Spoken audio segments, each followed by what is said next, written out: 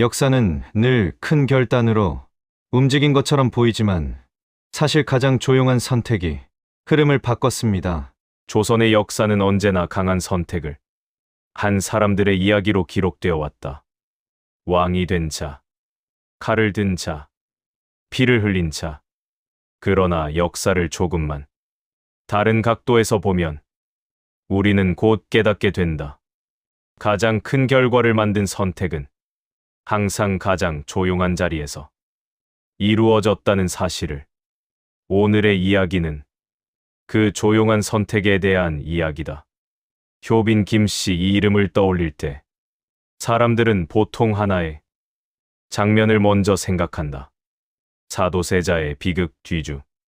그리고 그 옆에 있었어야 할, 그러나 보이지 않는 한 여인. 그녀는 왜 보이지 않았을까? 정말 아무것도 하지 않았을까? 이 질문에 답하기 위해 우리는 시간을 조금 더 거슬러 올라가야 한다. 효빈 김씨가 궁에 들어왔을 때 그녀는 미래를 기대할 수 있는 위치에 있지 않았다. 후궁은 많았고 그중 대부분은 기록에 이름조차 남기지 못한 채 사라지는 존재였다. 궁은 화려했지만 그 안은 냉정했다. 사랑은 오래 머무르지 않았고 관심은 곧 정치가 되었다. 효빈 김씨는 이 구조를 빠르게 이해한 사람 중 하나였다. 그녀는 눈에 띄지 않았고 앞서 나가지 않았으며 감정을 드러내지 않았다. 그 태도는 궁에서 살아남기 위한 가장 기본적인 조건이었다. 그리고 그 조용한 여인에게 예상치 못한 일이 벌어진다. 아이를 갖게 된 것이다. 그 아이가 바로 훗날 정조가 되는 왕손이었다. 그러나 아이를 가졌다는 사실이 축복으로만 다가오지는 않았다. 궁에서 아이는 언제나 정치였다. 특히 왕위 계승과 연결된 아이는 더더욱 그랬다. 사도세자의 아들이라는 사실은 보호이자 위험이었다. 효빈 김씨는 이 아이가 사랑만으로는 살아남을 수 없다는 사실을 본능적으로 알았다. 그래서 그녀는 처음부터 아들의 미래를 기대가 아니라 관리의 대상으로 바라본다. 사도세자는 처음부터 문제적인 인물은 아니었다. 영조는 아들에게 많은 기대를 걸었고 그 기대는 곧 압박으로 변했다. 사도세자는 그 압박을 견디지 못했고 점점 흔들리기 시작한다. 궁은 그 흔들림을 용납하지 않는 공간이었다. 사도세자의 행동 하나하나는 기록되었고 해석되었고 확대되었다. 그리고 그 옆에 있는 사람들까지 같이 흔들렸다. 효빈 김씨는 그 과정을 아주 가까이에서 지켜보고 있었다.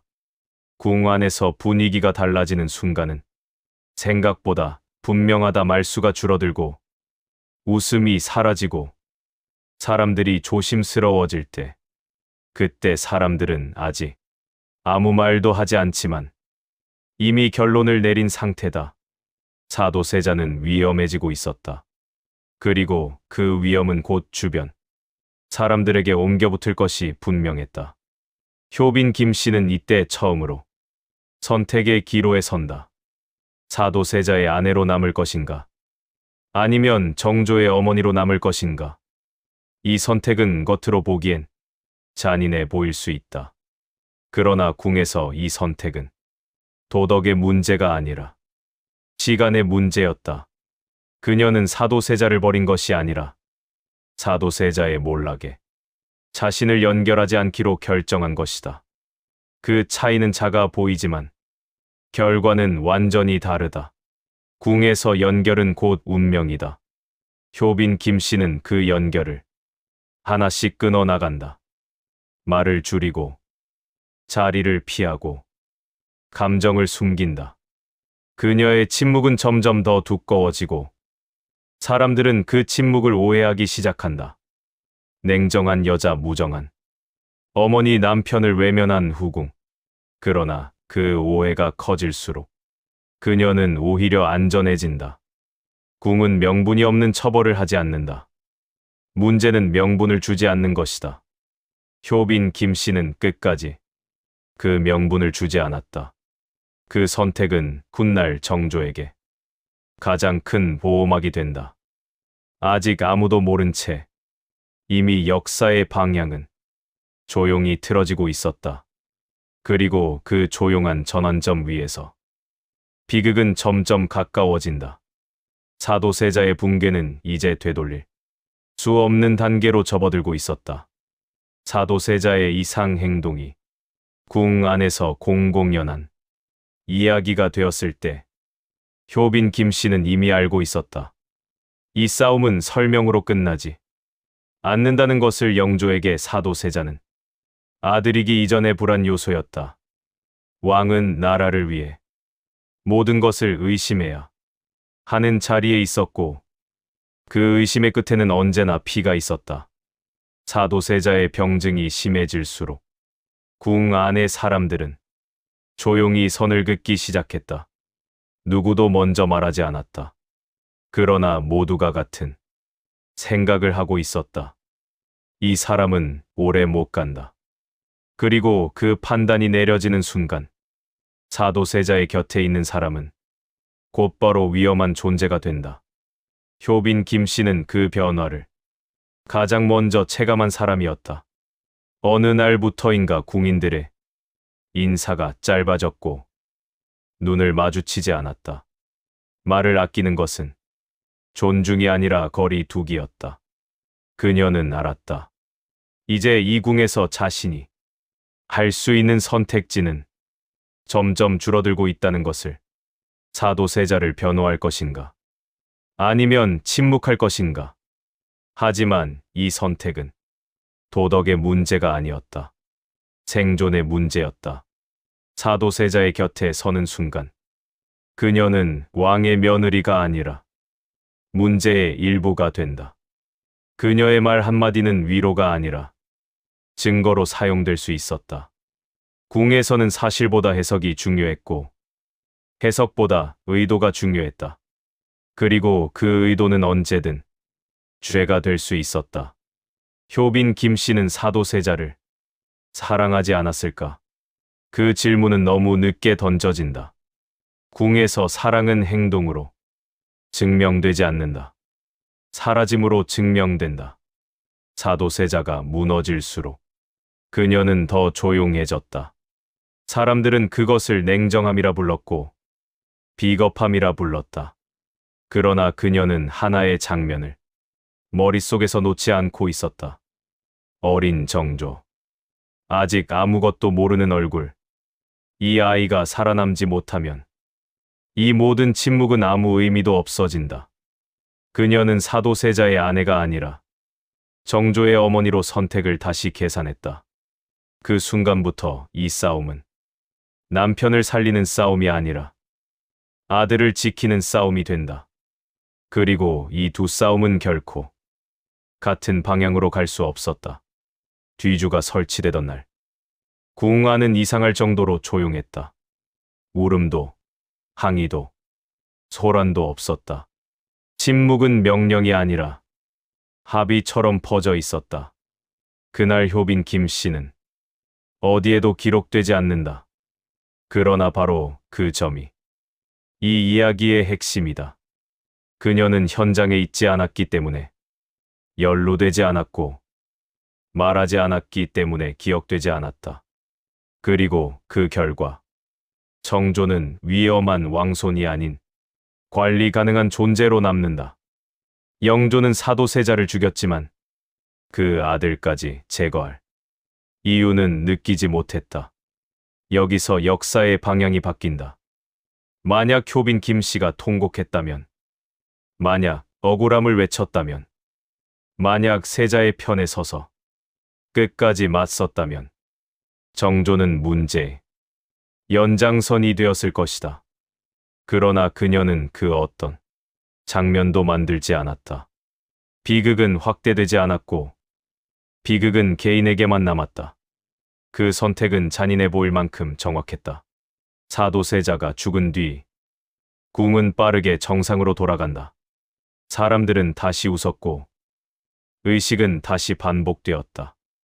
그리고 효빈 김씨는 더 깊은 곳으로 물러난다. 그녀는 기억을 요구하지 않았고 정당화를 시도하지 않았으며 보상을 기대하지도 않았다. 그 대신 정조의 주변을 깨끗하게 만들었다.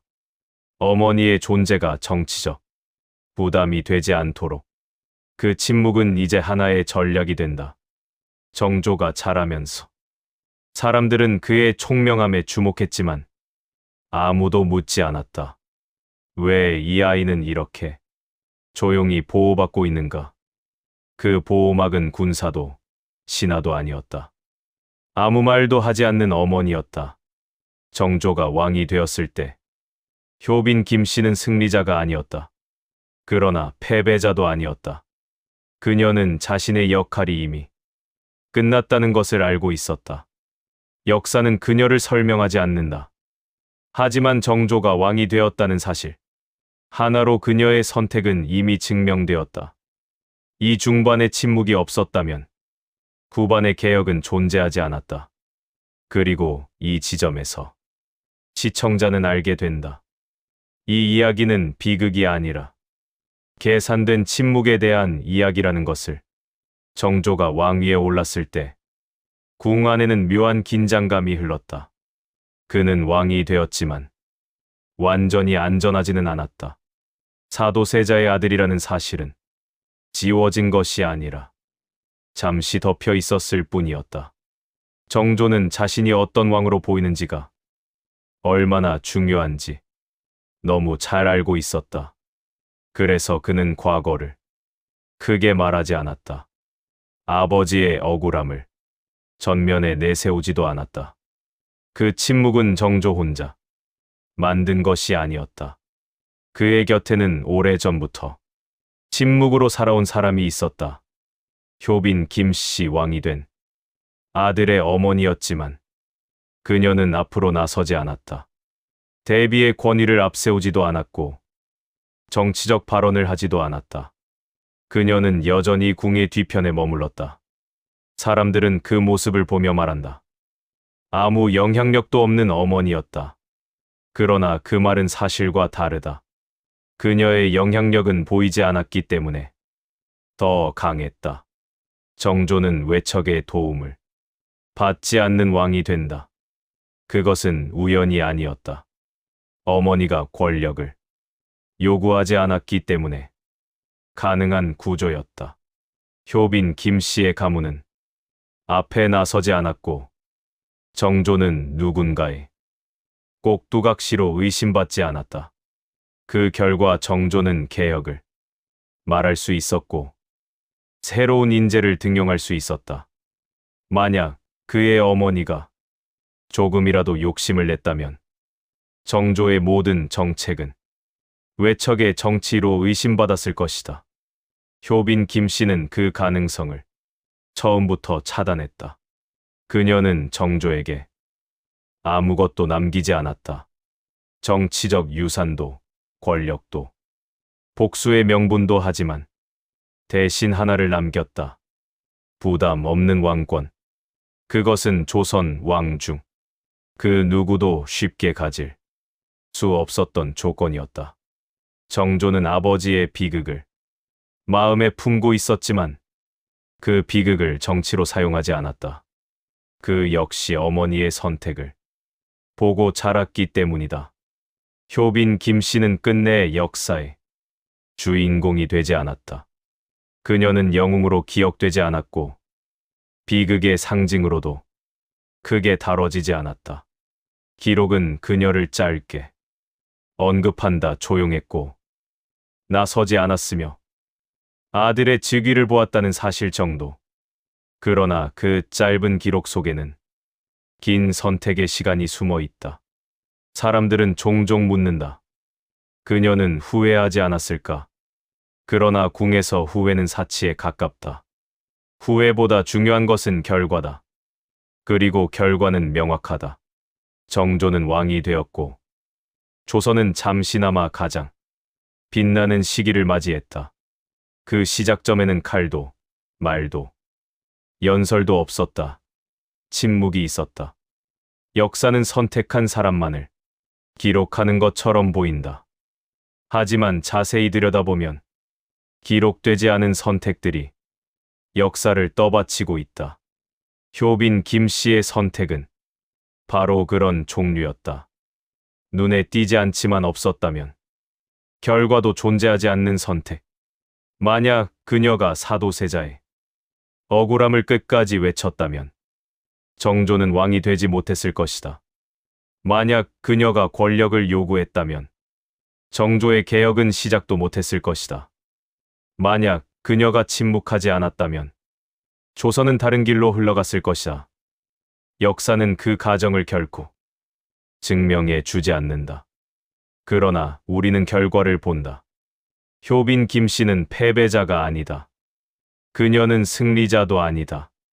그녀는 선택자였다. 자신의 이름을 남기지 않는 선택, 자신의 감정을 숨기는 선택, 아들의 미래를 위해 스스로를 지우는 선택. 그 선택은 가장 조용했지만 가장 오래 남았다. 오늘 우리가 이 이야기를 다시 꺼내는 이유는 비극을 되새기기 위함이 아니다. 역사는 항상 큰 목소리만으로 움직이지 않았다는 사실을 기억하기 위함이다. 때로는 아무 말도 하지 않는 것이 가장 강력한 결정이 된다. 효빈 김씨는 조선을 바꾸지 않았다.